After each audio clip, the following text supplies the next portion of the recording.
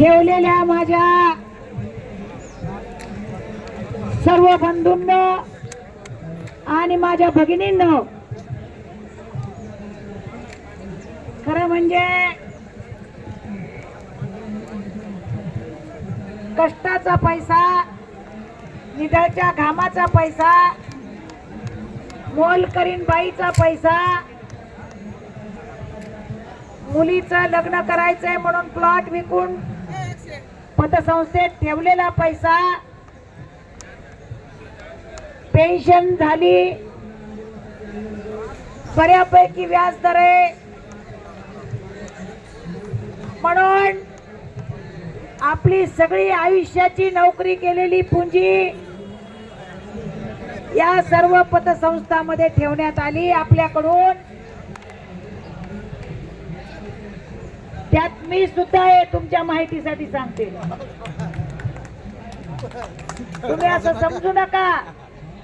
सगळ्या जणांनी असं वाटलं होतं की चांगलं चाललंय, बऱ्यापैकी व्याजदर मिळतोय आणि म्हणून आपण सगळ्यांनी मिळून अशा पद्धतीने हे पैसे कष्टाचे आपल्या आयुष्यभर 24, 25, 40, 39 वर्ष सेवा केलेल्या लोकांनी सुद्धा या पतसंस्थांमध्ये आपल्या ठेवी ठेवल्या.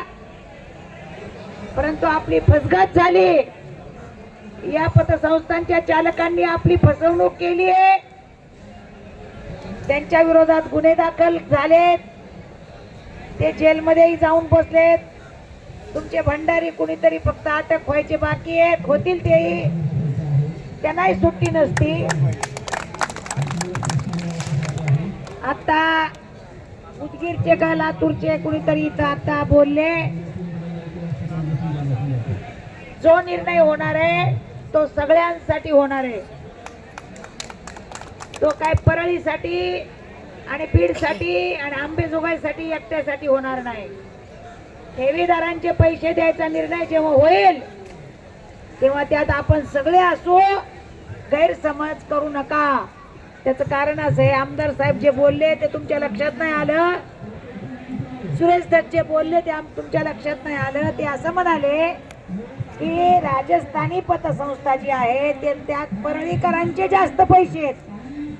त्याचा तुम्ही काहीतरी गैरसमज करून घेतला की परळी आणि फक्त बीडचेच पैसे मिळणार का, असं नाही आहे. सगळ्यांचे मिळाले तर मिळतील, एकट्या कुणाचे पैसे मिळणार नाहीत. सगळ्याला नियम सारखा लागणार आहे. जेव्हा पैसे उपलब्ध होणार आहेत मिळावेत ही अपेक्षा आहे आपली सगळ्यांची. सचिन भाऊ उबाळे यांचं मी अभिनंदन करते. आपल्या सगळ्यांनी जोरदार टाळ्या वाजवा त्यांच्यासाठी. आपण त्यांचं अभिनंदन याच्यासाठी केलं पाहिजे की गेली 2 वर्ष ते या कामासाठी वेळ देत आहेत, संघर्ष करतायत, उपोषण केलंय, आमरण उपोषण केलंय. त्यांचा काही वैयक्तिक फायदा नाही, फायदा ठेवीदारांचा होणार आहे झाला तर. आणि म्हणून भावांनो, माझी तुम्हा सगळ्यांना विनंती आहे की या एका आंदोलनानं आपला प्रश्न सुटेल, त्या भ्रमात राहू नका. आपल्याला पुन्हा यावं लागेल तर यावाच लागल, लढाई करावं लागल तर लढाई करावीच लागल. आणि म्हणून आपण सर्वांनी मिळून संघर्षासाठी एकत्र येऊन आज जी एकी दाखवली, एकी दाखवून आपण जी शक्ती आपण दाखवली, तुमचं मनापासून अभिनंदन करते, आभार मानते. आणि आमदार साहेबांनी आपल्याला आता इथं शब्द दिलाय की आज मिळाला तर आज मेळ, उद्या मिळाला तर उद्या वेळ.